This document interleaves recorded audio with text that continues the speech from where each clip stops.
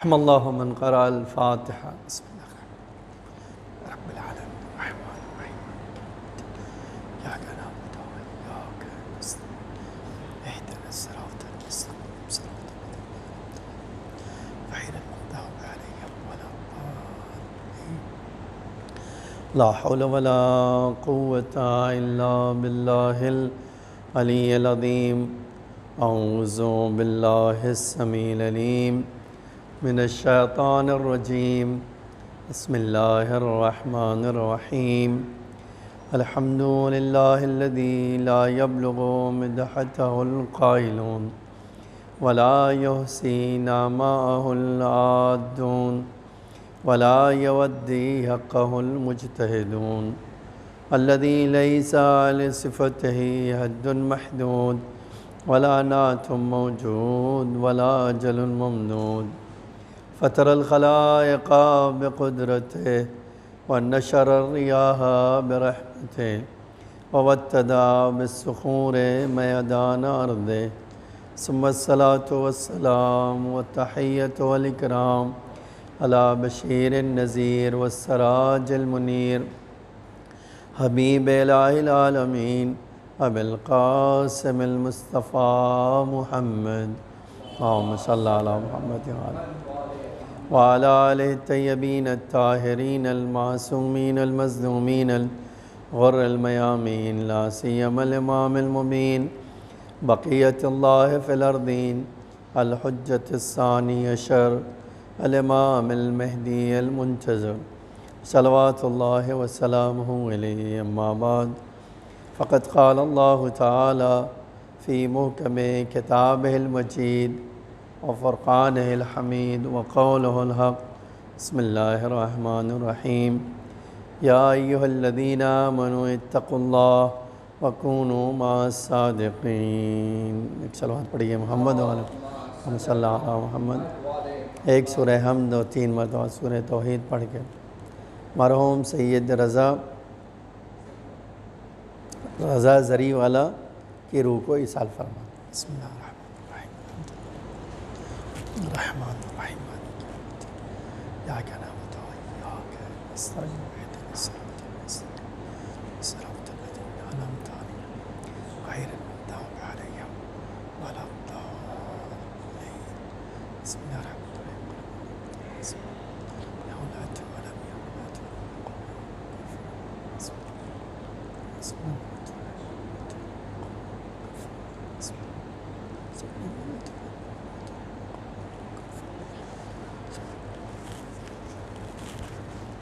ایک اور صلوات پڑھیے محمد وآل محمد. اللہم صلی علی محمد عزیزان گرامی، خداوند عالم قرآن مجید میں ارشاد فرماتا ہے: یا ایھا الذین آمنوا اتقوا اللہ وکونوا مع الصادقین.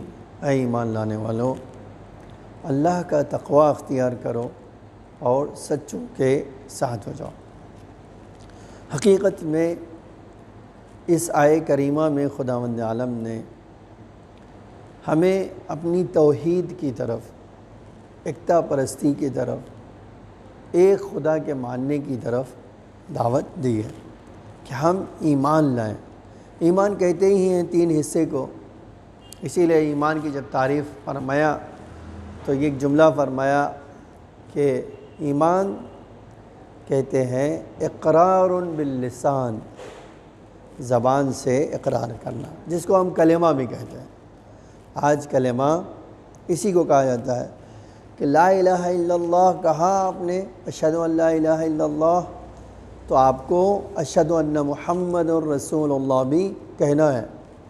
کیوں؟ اس لیے کہ آپ اور میں جو ہے رسالت کی گواہی کے بغیر توحید کے گواہی ہماری مکمل نہیں ہو سکتی ہے.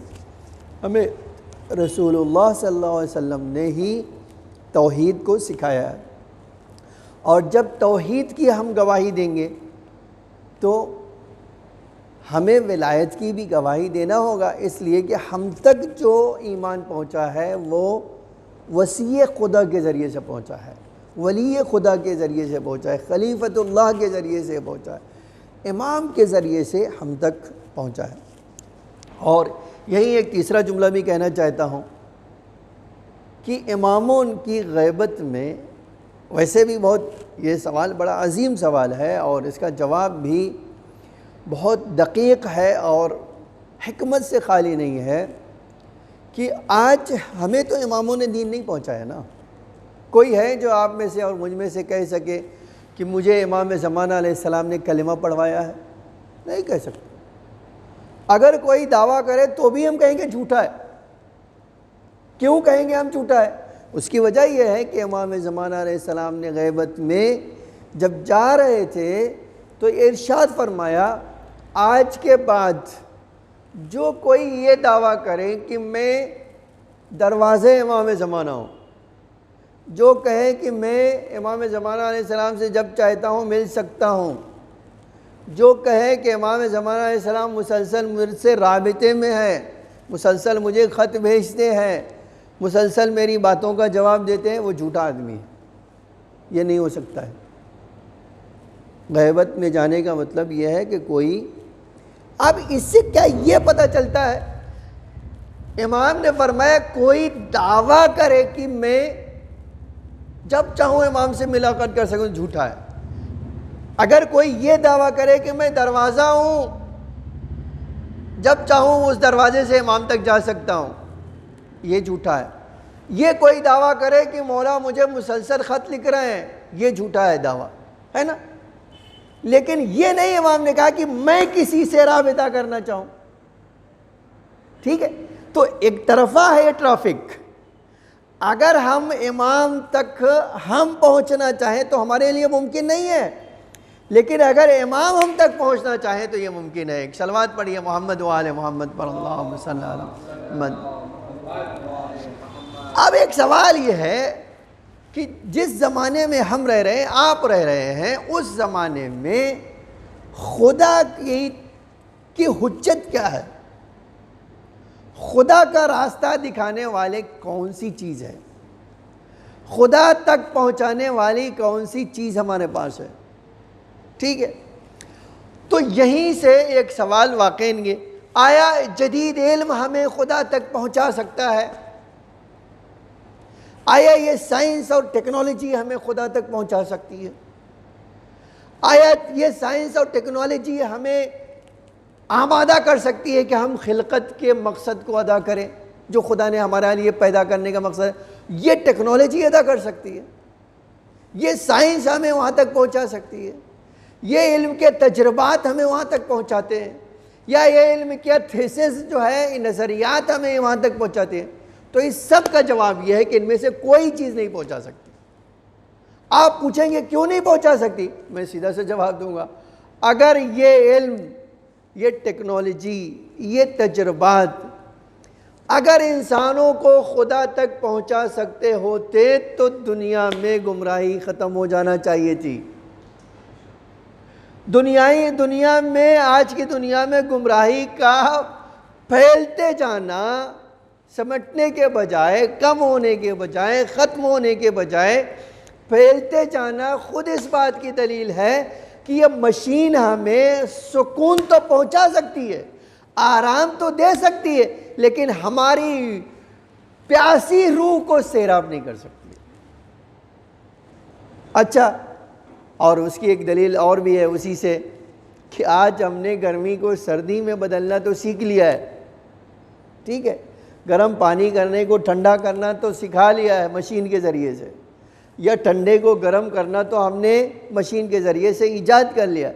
لیکن یہی ٹھنڈک جب بیمار کرتی ہے تو ہمیں سوال آتا ہے ذہن میں، یہی اے سی بڑا سکون پہنچاتی ہے جب ٹھنڈی لگتی ہے گرمی میں، ٹھیک ہے، لیکن یہی جو ہے جب سینے کو جکڑ دیتی ہے تو ہمیں سوال ہوتا ہے کہ ہم یہ چیز تو ہم نے ایجاد کی تھی تاکہ ہمیں فائدہ پہنچائے، تو یہ فائدہ بھی پہنچا رہی ہے لیکن دوسری طرف سے نقصان بھی پہنچا رہی ہے۔ تو ایسا علم کیا ہوگا جو انسان کو پیدا کیا تھا، خلق کیا تھا، ایجاد کیا تھا فائدہ پہنچانے کے لیے، وہی اس کو نقصان پہنچا رہی ہے۔ تو اس کا مطلب یہ چیز جو مجھے فائدہ پہنچانے کے بجائے نقصان پہنچائے وہ مجھے کمال تک نہیں لے جا سکتی ہے۔ اگر کمال تک لے جا سکتی ہوتی تو مجھے نقصان نہیں پہنچانا چاہیے تھا۔ تو ایک یہ کہ علم مجھے کمال تک نہیں پہنچا سکتا۔ آیا میری عقل پہنچا سکتی ہے مجھے؟ اگر میری عقل مجھے پہنچا سکتی ہوتی تو حجت خدا کی ضرورت نہیں ہوتی تھی۔ اور آج کوئی آدمی سے پوچھئے، آج کسی بھی آدمی سے پوچھئے تمہارے پاس عقل ہے، تو کتنا بھی کمزور سے کمزور آدمی رہے گا نا، پاگل بھی رہے گا تو کہے گا میرے پاس عقل ہے۔ ٹھیک ہے، اچھا اگر عقل ہے تو اتنے سارے مذہب نہیں ہونے چاہیے تھے، سب کے پاس عقل ہے۔ تو پھر اگر آپ کرو عقل ہمیں مقصد تک پہنچاتی ہے، اللہ تک پہنچاتی ہے، تو میرے بھائی سب کے پاس عقل ہے، تو سب کو ایک جگہ پہنچ جانا چاہیے تھا۔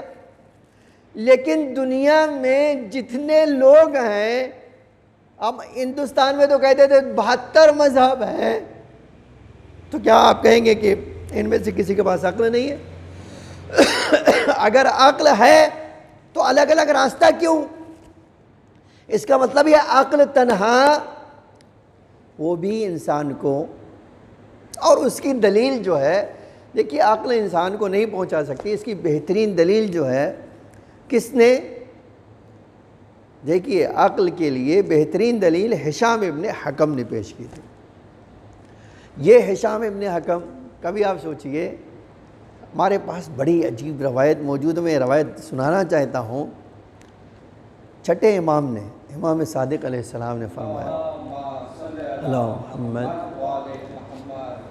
اچھا یہ اس وقت فرمایا جب امام حج کرنے کے لیے گئے تھے، میدان عرفہ میں بیٹھے تھے، اور خیمہ امام میں بڑے بڑے نامور ہشام ابن سالم اور کتنے بڑے بڑے نام امام کے صحابیوں کے موجود ہیں آج تاریخ میں، وہ سب میں بیٹھے ہوئے ہیں، امام سے مختلف مسائل پہ گفتگو ہو رہی ہے، اور حج کا عرفات کا میدان ہے۔ اتنے میں تاریخ لکھتے ہیں ایک لڑکا آیا جس کی ابھی داڑھی بھی نہیں نکلی تھی۔ اب آپ سوچیں کہ کتنے سال کا رہا ہوگا، داڑھی بھی نہیں نکلی تھی، اسی لیے بعض جو کہتے ہیں 18 سال کے تھے وہ۔ ہشام ابن حکم پہنچ گئے، امام نے ان سارے خیمے میں لوگ جو تھے ان سب کے درمیان سے ان سے کہا آؤ آؤ آؤ ہشام آؤ، اور اپنے بازو میں بٹھایا۔ تو ظاہر سی بات ہے بڑی بڑی داڑھی والے تو بہت جلدی سے ناراض ہو جائیں گے، بھئی کیا ہے ایک لڑکے کو وہ بھی داڑھی نہ مونچھ، اور امام نے اس کے پاس، تو امام نے جب یہ دیکھا کہ سارے کے سارے لوگ امام کا منہ دیکھ رہے ہیں اس عزت افزائی کے اوپر، تو امام نے ہشام سے چند سوال کی۔ دیکھیے امام سوال کرے اور ایک بار امام سے سوال کریں تو آپ سمجھ، انہیں امام کا سوال یہ بتاتا ہے کہ امام بتانا چاہتے تھے کہ میں نے یہ فضیلت جو ہے اس کو اس کے علم کی بنا پر دی ہے، اس کی عمر کی بنا پر نہیں دی ہے۔ تو اب جب بیٹھ گئے امام نے چند سوال پوچھا، پھر ایک بار مسکرا کے کہا ھذا ناصرنا بلسانہ وقلبہ، یہ ہمارا مددگار ہے۔ امام مدد کرے ایک الگ مسئلہ ہے، ایک ماموم مدد کرے ایک مسئلہ اور ہے۔ فرمائے یہ ہمارا مددگار ہے، اور وہ بھی دل سے بھی مدد کرتا ہے اور زبان سے بھی مدد کرتا ہے۔ پھر امام نے ان سے فرمایا کہ کہاں سے آ رہے ہو؟ تو بتایا مولا فلاں جگہ سے۔ کہا تم بصرہ میں جب گئے تھے تو بصرہ کی جمعہ مسجد میں جو ہوا وہ ہمیں بتاؤ کیا ہوا تھا؟ تو بڑا عجب جمعہ، اس کو کہتے معرفت۔ فرمایا آقا آپ وہ ہیں جو میرے سوال کرنے سے پہلے میرے دل میں کیا سوال پیدا ہوتا ہے وہ بتاتے ہیں۔ تو اے میرے آقا میں آپ کے سامنے بتاؤں علم کیا ہے؟ آپ تو علم کا ایک دریا ہے آقا، تو آپ کے سامنے میں کیسے وہ بیان کروں؟ امام نے کہا نہیں، میں چاہتا ہوں تم بیان کرو ان کو، تاکہ یہ سب کے سب اس سے فائدہ اٹھائیں۔ اب جب امام نے حکم دیا میں ایک جملے کی طرف آپ کو لانا چاہتا ہوں، یہ واقعہ سنا کر آپ عظمت دیکھیے. یہ جو آیت میں نے پڑھی نا، یا ایھا الذین آمنو، آمنو کا مطلب کیا ہے؟ جب تک آپ کے ساتھ حجت خدا نہیں ہوگا آپ کامیاب نہیں بن سکتے. میں کامیاب نہیں بن سکتا ہوں جب تک امام کی ہمراہی نصیب نہ ہو. ہمراہی کا مطلب نہیں کہ امام ہمارے ساتھ ساتھ چلے، امام کا فزیکل وجود ہمارے ساتھ ساتھ چلے، یہ مقصد نہیں ہے. مقصد یہ ہے کہ امام ہمارا جب تک ہمیں سپورٹ نہ کرے، ہماری مدد نہ کرے، غیبی امداد نہ کرے، کوئی کمال تک پہنچنے والا نہیں ہے. اب جب امام سے نے کہہ دیا ہشام سے، تو ہشام نے کہا مولا میں نے سنا کہ ایک عالم ہے بصرہ میں جس کا نام عبید، عمر ابن عبید وہ ہے، اور وہ مسجد میں بیٹھ کے بڑے بڑے سوال، بڑی بڑی باتیں کرتا ہے. اب ایک سوال سن لیجئے اس کا. اس نے ہشام سے کہا کہ تمہارا مذہب باطل ہے، ہمارا مذہب سچا ہے. تو کہا وہ کیسے؟ کہا ہم اکثریت میں ہیں اور شیعہ اقلیت میں ہیں. تھوڑے سے شیعہ ہیں اور ہم اتنے بڑے ہیں. تو ہشام نے کہا کہ تمہاری اس بات سے قرآن کو فاتحہ پڑھ دینا چاہیے، اور تمہاری یہ بات سے انبیاء کے اوپر اعتراض ہوتا ہے. کہا وہ کیسے؟ کہا خود جناب نوح نے کہا ہے کہ میں نے 950 سال تبلیغ کیا اور چند لوگ ایمان لائے. تو اگر تمہاری بات سچی ہوتی تو جناب نوح معاذ اللہ جھوٹے، تو تمہاری بات تو یہی جھوٹ ہو گئی اس قرآن کی روح سے. آج میں جب پڑھتا ہوں 30 سال کے بعد جناب عیسیٰ آئے، 3 سال تبلیغ کیا، اور جانتے ہیں کتنے لوگ؟ جناب عیسیٰ کہتے ہیں خالی 14 یا 15 لوگ مجھ پر ایمان لے آئے 3 سال میں. آپ کیا کہیں گے؟ 15 لوگوں کے جو ہے یہ حق پہ نہیں ہے، سب باقی جو ہے لوگ حق پر ہیں. اس کا مطلب انبیاء کی تعلیم کا کوئی اثر نہیں ہوگا. اب آپ ذرا یہ جملہ سنیے. کہا میں نے سنا عمر ابن عبید بصرہ کی مسجد میں بیٹھ کر، جامع مسجد میں بیٹھ کر اس طرح کی گفتگو کر رہا ہے، تو میں پہنچ گیا. دیکھا مجمع پورا مسجد سے کھچا کھچ بھرا ہوا، لوگ سوال کر رہے ہیں، جواب دے رہا ہے وہ، اور کہتے ہیں میں تو چونکہ چھوٹا تھا، کم سن تھا، اسی لیے میں 2 زانو ہو کر تاکہ میری گردن دکھائی دے بیٹھا. اور میں نے کہا شیخ میں آیا ہوں کوفے سے سفر کر کے، آیا مجھے بھی سوال کرنے کی اجازت ہے یا نہیں ہے؟ آپ توجہ کیجئے کہ عقل انسان کی کیوں ہمیں اللہ تک نہیں پہنچا سکتی جب تک اللہ کے ولی نہ ہو، جب تک اس کی مدد نہ ہو. کیوں انسان کو خدا تک یہ عقل نہیں پہنچا سکتی؟ ایک جواب تو میں نے نہیں دیا. اگر عقل تنہا پہنچا سکتی ہوتی تو ساری دنیا میں لوگ سب کہتے ہیں عقل مند ہیں، تو سارے کے سارے لوگ حق پر کیوں نہیں ہیں؟ اب یہ دوسرا جملہ سن لیجئے. کہا مولا میں نے کہا مجھے بھی ایک سوال کرنے کی اجازت ہے. کہا پوچھو، کیا پوچھنا چاہتے ہو؟ کہا میں نے پوچھا تمہارے پاس آنکھیں ہیں؟ تو اس نے اے لڑکے اب یہ میں دیکھ رہا ہوں تیرے سے بات کر رہا ہوں اور تو پوچھ رہے تمہارے پاس آنکھ ہے کیا؟ یہ کتنا بچکانا سوال ہے. میں دیکھ رہا ہوں اور تم پوچھ رہے ہو تمہارے پاس آنکھ ہے یا نہیں. تو کہا میں نے پلٹ کے کہا کہ ہاں میرے سوال بالکل بچکانا ہے، میرے بچکانا ہے، لیکن اگر آپ کو جواب دینا ہے تو میں چند سوال میرے پاس ہے، اگر آپ کہیں تو ہاں، نہیں تو ٹھیک ہے آپ نہ جواب دیں. کہا ٹھیک ہے تمہارے بچکانا سوال ہی صحیح، لیکن تم پوچھ سکتے ہو. پوچھا کہ آنکھ ہے؟ کہاں ہے. کہا اچھا ان آنکھوں سے کرتے کیا ہو؟ کہتا بیٹا یہ بھی کوئی پوچھنے کی بات ہے، ان آنکھوں سے دیکھتا ہوں میں. کہا اچھا ٹھیک ہے آپ کے کان بھی ہے؟ کہا کان بھی ہے، تمہاری باتیں سن رہا ہوں. کہا کرتے کیا؟ کہا یہی جو تمہاری باتیں سن رہا ہوں، یہ کان اسی لیے اللہ نے مجھے میں تمہاری باتیں سن سکوں، باتیں سے آواز کو سن سکوں. کہا اچھا آپ کے ہاتھ بھی ہے؟ کہا ہاتھ بھی ہے۔ کیا کرتے ہیں؟ کہتے جب کوئی چیز کی ضرورت ہوتی ہے اسی ہاتھ سے اٹھاتا ہوں۔ کہا ناک بھی ہے آپ سے؟ کہتے ہاں میرے پاس ناک بھی ہے۔ کہا اس ناک سے کیا کرتے ہو؟ کہتے بھائی خوشبو اور بدبو، اچھی اور خراب چیزوں کو اسی سے سونگھ کر پتہ کر سکتا ہوں۔ کہ زبان بھی ہے؟ کہا زبان بھی ہے۔ کیا کرتے ہیں آپ؟ تو کہا اس زبان سے مزہ چکھتا ہوں، ٹیسٹ پتہ کرتا ہوں کہ۔ کہا عقل بھی ہے آپ کے؟ کہا ہمارے عقل بھی ہے۔ کہا اس عقل سے کیا کرتے ہیں آپ؟ اس عقل سے کرتے کیا ہے؟ کہا چھوٹی چھوٹی چیزیں جو ہے، موٹی موٹی چیزیں میں اس عقل سے سمجھتا ہوں، چھوٹی چھوٹی چیزیں میں ان احساسات سینس سے سمجھتا ہوں۔ کہا اچھا اگر اتنے ساری چیزیں ہیں اور الگ الگ کام ہے، ہاتھ کا الگ کام، آنکھ کا الگ کام، کان کا الگ کام، ناک کا الگ کام، زبان کا الگ کام، اور دانتوں کا الگ کام، پیر کا الگ کام، دماغ کا الگ کام، اگر یہ سارے اعضاء جھگڑنے لگے تو کیا کریں گے آپ؟ اب ایک سوال ہے نا بھائی، جتنے اعضاء ہیں ہر ایک کے کام الگ الگ ہیں، اگر جو ہے یہ آپس میں ٹکرا جائیں، آپس میں جھگڑنے لگے، آپس میں مار پیٹ کرنے لگے تو کیا ہوگا؟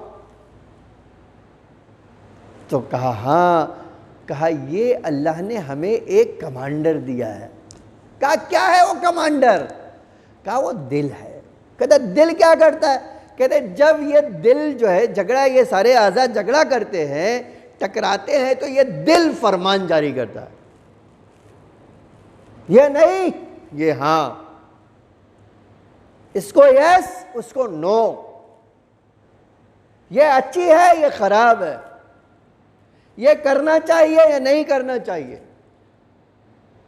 کہا یہ دل کا کام یہ ہے کہ ہاں جب اعضاء میں ٹکراؤ پیدا ہو، جب ایک دوسرے سے لڑائی کرنے لگے تو یہ حکم دے کر، فیصلہ سنا کر ان کو خاموش کر دے۔ کہا اے عبید، میں آپ سے پوچھنا چاہتا ہوں، ایک اتنے سے بدن کے لیے جب اللہ نے الگ الگ اعضاء دیے تو ٹکرائیں اس سے بچنے کے لیے کمانڈر دیا، تو آپ بتاؤ کروڑوں انسان اللہ پیدا کر کے چھوڑ دے گا، وہ آ کر ٹکرائیں اور کوئی فیصلہ کرنے والا نہ ہو؟ آخر بتاؤ یہ کیسے ہو سکتا ہے کہ ہر انسان ٹکرانے والے تو موجود ہوں لیکن فیصلہ کرنے والا موجود نہ ہو؟ یہ کیسے ہو سکتا ہے؟ کہتے آپ ایک سوال بتا دو، اس دنیا میں کون ہے جو فیصلہ کرنے والا ہے یا نہیں ہے؟ یہ بتا دو۔ عجیب ہے، دیکھو کبھی کبھی عالم ایسے بھی ہوتے ہیں، باطل بھی ہونے کے باوجود حق قبول کرنا کوئی عیب نہیں ہے۔ اب اس نے تاریخ ہشام کہتے ہیں وہ ممبر سے اترا اور ایک جملہ کہا کہ اے لڑکے تو ہشام تو نہیں ہے؟ کہا میں ہشام ہوں۔ کہا اب اس ممبر پہ تو بیٹھ جا اور میں تیرا شاگرد، میں تجھ سے سیکھوں گا، تو معلم ہے، ٹھیک ہے؟ اب اس نے ایک سوال میں، آپ دیکھیے ہشام سے بہت سارے اس نے سوال کیے۔ کہتے ہیں ہشام کہتے ہیں مولا جب تک میں بیٹھا رہا اس نے زبان سے ایک بار بھی کچھ نہیں کہا، ٹھیک ہے؟ امام مسکرائے اور پھر یہ جملہ پھر سے فرمایا، یہ ہے ہمارا مددگار، زبان سے بھی ہے، اور جو میں جملہ سنانا چاہتا تھا وہ جملہ سن لیجئے، وہ قیامت کا جملہ ہے، آج یہ بہت سارے لوگوں کے منہ پہ تماچا بھی ہے۔ فرمایا یہ ہشام وہ ہے جو میں یہ کہے گا وہ میں کہوں گا، اور عجب جملہ ہے اس کے بعد، اس کی اطاعت میری اطاعت ہے۔ اب آج جو لوگ مراجع پر اعتراض کرتے ہیں وہ کیا کہیں گے؟ کہتے ارے معصوم نہیں ہے اور کیسے ان کی اطاعت کریں ہم، کیسے ان کی بات مانیں، کیسے ان کی تقلید کریں، غلطی کر سکتے ہیں۔ تو ہشام کیا تھے میرے بھائی، ہے نا؟ تو جب امام صادق ایک غیر معصوم کو کہہ رہے ہیں اس کی اطاعت میری اطاعت ہے، تو امام زمانہ علیہ السلام نہیں کہہ سکتے؟ ایک بار جو لوگ یہ بات کہتے ہیں ذرا سوچیں، یہ ایک دو بات نہیں ہے، یہ ہشام خالی تنہا نہیں ہے، اس طرح کے بہت سارے لوگ ہیں۔ یہ جملہ آج حدیث کا ثبت اور درج ہے، یہ فرمایا ہے ہشام تمہارے جیسے شیعہ کو میں دیکھنا چاہتا ہوں، مسجد میں بیٹھ کے فتویٰ دو، اور گارنٹی ہماری ہے۔ آج آپ اگر یہ کوئی کہہ رہا ہے کہ ہمیں غیبت میں تقلید نہیں کرنا چاہیے، میرے بھائی تقلید تو آپ کو کرنا ہے، آپ چاہے یا نہ چاہے کر ہی رہے ہیں۔ آیا تقلید یہ نہیں ہے ڈاکٹر جو دوا دیکھ رہا ہے کھا رہے ہو، یہ بھی تو ایک تقلید ہے؟ تو تقلید تو ہر جاہل کو عالم کی کرنا ہے۔ اب ایک الگ سی بات ہے، کوئی جاہل کی کرنے لگے تو اس کی عقل کو ماتم کرنے کے علاوہ تو کچھ نہیں ہو سکتا ہے۔ اور آج واقعاً یہ بد نصیبی ہے کہ جس شیعہ قوم کی رہنمائی معصوم امام کرتے رہے ہوں، اس میں سے کچھ ایسے جاہل پیدا ہو جائیں جو سسٹم شیعہ پر اعتراض کریں۔ آپ دیکھیے، میں نے یہ واقعہ سنایا اسی لیے کہ ہمراہی جب تک امام معصوم کی نہیں ہوگی اس وقت تک کوئی کامیاب نہیں بن سکتا ہے۔ آج غیبت کے زمانے میں آپ نہ بھول جائیے کہ امام زمانہ علیہ السلام اپنے لوگوں کی ہدایت نہیں، امام اپنے لوگوں کی ہدایت کر رہے ہیں۔ اور سب سے بہترین دلیل یہ ہے کہ ہم دیکھتے ہیں انہی میں سے امام کے ارشاد سے، امام کی رہنمائی سے کمال تک پہنچ گئے۔ آج ان کی صداقت اس پائے کی ہے کہ اگر آپ اسی سے اندازہ لگا لیجئے، میں آغا گل پیگانی کے بارے میں پڑھ رہا تھا۔ آغا گل پیگانی کسی کے وہاں مہمان ہوئے، بیمار ہوئے تھے، ان کو امام جناب گل پیگانی آغا گل پیگانی دیکھنے کے لیے گئے، یا ان کے وہاں دعوت میں گئے۔ اب مجھے یہ ایگزیکٹلی یاد نہیں دعوت میں گئے یا عیادت کرنے گئے، لیکن ان کے گھر میں گئے۔ تو اب ایک مرجع آئے تو بڑے اہتمام کے ساتھ اب گئے آغا، اور ان کے وہاں ٹھہرے، کھانا کھایا اور بیٹھے، ان کی وداعت کیا اور جانے لگے، چلے گئے۔ تو جس عالم کے وہاں گئے تھے اس نے اپنی بیوی سے کہا کہ بھئی کتنا اچھا موقع تھا کہ تم آغا آئے تھے، ان سے کہتی کہ تمہاری کمر میں درد ہے، پانی پھونک کے تمہیں دے دیں، ایک سورہ پڑھ دیں، ایک دعا پڑھ دیں اور تمہیں پی لو اور تمہیں شفا مل جاتی۔ تو اس نے کہا کہ آپ پانی پھونکنے کی بات کر رہے ہیں، دعا کرانے کی بات کر رہے ہیں، میں نے ایک دوسرا کام کر لیا۔ پوچھا کیا؟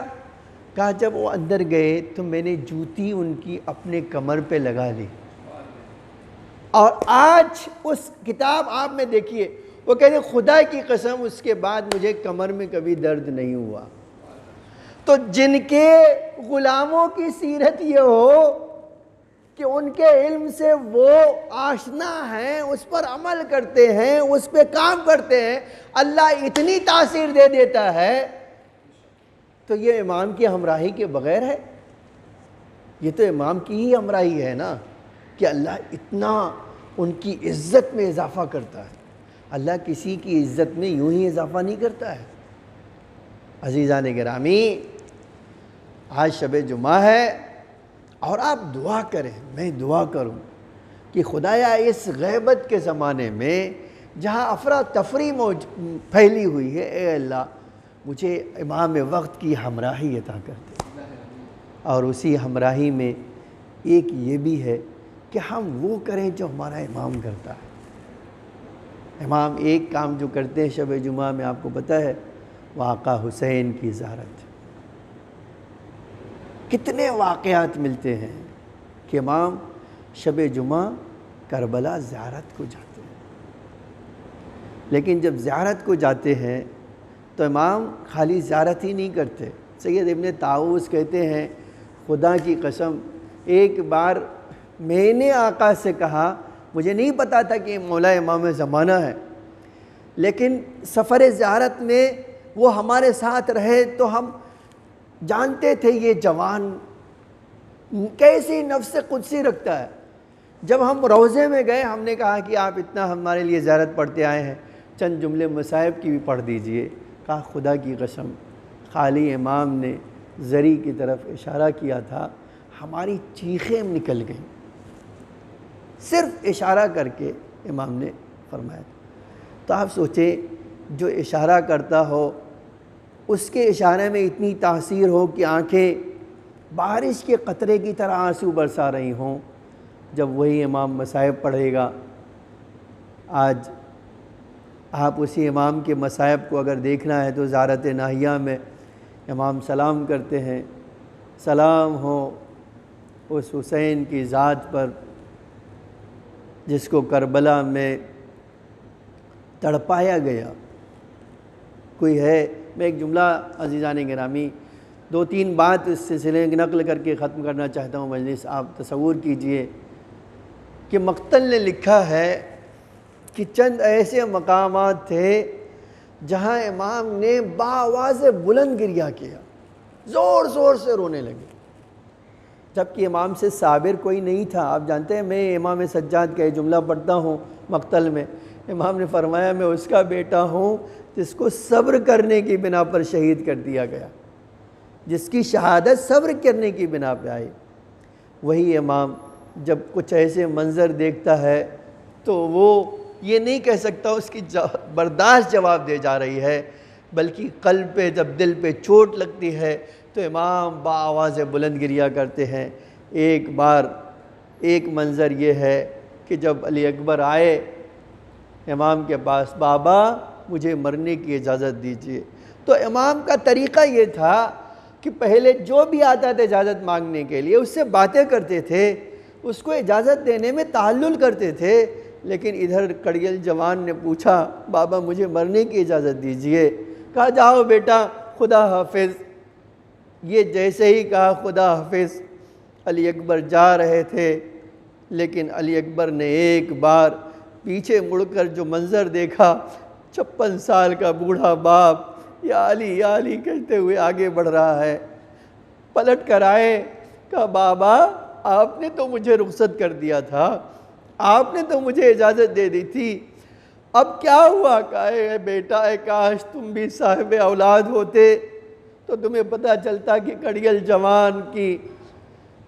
کڑیل جوان کا رخصت ہونا کتنا انسان کے لیے درد رکھتا ہے۔ جاؤ بیٹا خدا حافظ، لیکن اے میرے لال مڑ مڑ کے اپنے بوڑھے باپ کو دیکھتے رہنا۔ عزیزان گرامی، اس کے بعد تاریخ نے عجب جملہ لکھا ہے، حسین کے کڑیل جوان نے داد شجاعت دیا، گھوڑے سے گرتے ہوئے آواز دی، یا ابتا، اے بابا آخری سلام لے لو۔ اس کے بعد بڑا عجب جملہ فرمایا اے بابا، ارے میں بہت پیاسا تھا، لیکن اے بابا دیکھو نانا جام کوثر لے کر مجھے پانی پلا رہے ہیں، اے بابا میری پیاس بجھ گئی۔ میں پوچھوں گا علی اکبر، آخر آپ نے ایسا جواب، ایسی بات کیوں کہی؟ گھوڑے سے گر کے فرمایا بابا یہ جام کوثر لے کے نانا حاضر ہے۔ شاید علی اکبر جواب دے، میں اپنے بابا کو دلاسا دینا چاہتا تھا، بابا آپ مجھے پانی نہ پلا سکے، لیکن دیکھو یہ جام کوثر لے کے میرے نانا میرے لیے حاضر ہے۔ آپ کوئی پرواہ نہ کیجئے گا، آپ اپنے دل میں درد محسوس نہ کیجئے گا۔ میں کہوں گا علی اکبر، ارے اپنے بابا کا اتنا خیال تھا، آؤ یہی تمہارا بابا ہے، کربلا کی زمین پہ گھوڑے سے گرا۔